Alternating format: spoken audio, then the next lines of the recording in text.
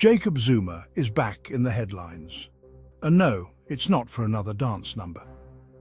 South Africa's former president, a man who seems to attract controversy like moths to a porch-light, is once again at the centre of a political firestorm. This time it's a mix of old and new. A new political party, old legal woes, and his expulsion from the African National Congress, or ANC. You might be thinking, wait, Jacob Zuma? The guy with all the scandals? I thought he was out of the picture. Well, my friend, in South African politics, nobody stays down for long, especially not someone like Zuma, a man who has mastered the art of political survival. He's like the cockroach of South African politics. No matter how many times you try to swat him away, he just keeps coming back. But why? Why is Zuma, a man dogged by accusations of corruption and abuse of power, still a force to be reckoned with? That's what we're here to unpack. Buckle up, because it's going to be a wild ride. Zuma's latest act of political theatre involves the formation of a new political party, the MK Party. This isn't just any party. It's named after the armed wing of the ANC, Umkhonto we Sizwe, or MK. You see, before Zuma was president, before he was embroiled in scandal, he was a member of MK fighting against apartheid. Now he's using that history, that legacy, to launch his new political venture. But there's a problem, a big problem.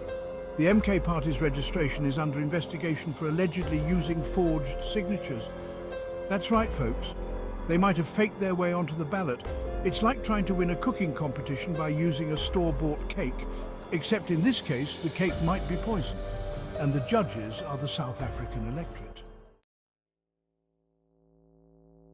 Speaking of elections, Zuma himself was barred from participating in the most recent ones. Why? Well, let's just say that when you're convicted of contempt of court and facing a whole buffet of corruption charges, the Electoral Commission tends to take notice. It's kind of like being banned from a casino, except instead of losing money, you're losing the chance to run a country. Again. But even though he couldn't run himself, Zuma's presence loomed large over the election. His new party, his legal woes, his ongoing feud with the ANC.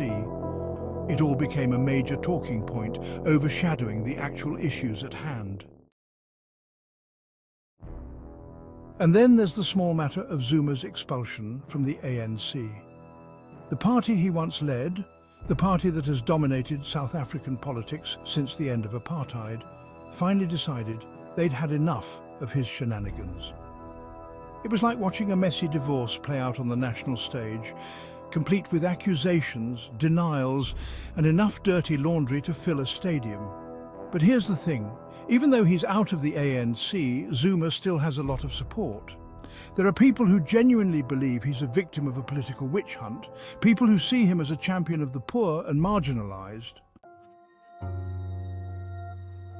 To understand why, you have to understand Zuma's history. This is a man who spent years fighting against apartheid, enduring imprisonment and exile. He's a charismatic figure, a skilled orator who knows how to connect with his base. And let's be honest, the ANC hasn't exactly covered itself in glory in recent years. Corruption scandals, economic stagnation, a growing disconnect with the people they claim to represent. It's created an opening for someone like Zuma to exploit. He's like that friend who keeps borrowing money and never paying it back, but you still invite him to parties because he tells good stories. You know he's bad news, but you can't help but be drawn in. So, what does the future hold for Zuma and his MK party? It's too early to say for sure. The allegations of forged signatures could derail them before they even get started. But even if the MK party fizzles out, it's a symptom of a larger problem, the growing disillusionment with the ANC and the lack of viable alternatives. It's like that moment in a horror movie when you think the monster is dead, but then you see a single, solitary claw twitch. It might not seem like much, but it's a sign that the nightmare isn't over yet. South Africa is at a crossroads. The Rainbow Nation, once a beacon of hope and reconciliation, is facing a multitude of challenges. Economic inequality, social unrest, political polarization, the dream of a truly free and equitable South Africa feels further away than ever. And into this volatile mix steps Jacob Zuma, a man who embodies both the hopes and the failings of the post-apartheid era. He is a reminder of the past, a harbinger of the present, and a question mark hanging over the future. So, what's next for Jacob Zuma? Only time will tell. But one thing's for sure, this isn't the last we'll be hearing from the Teflon president. He's like a bad penny, a catchy pop song, a case of the hiccups that just won't go away. He's a constant reminder that in South African politics, the line between comedy and tragedy is often blurred.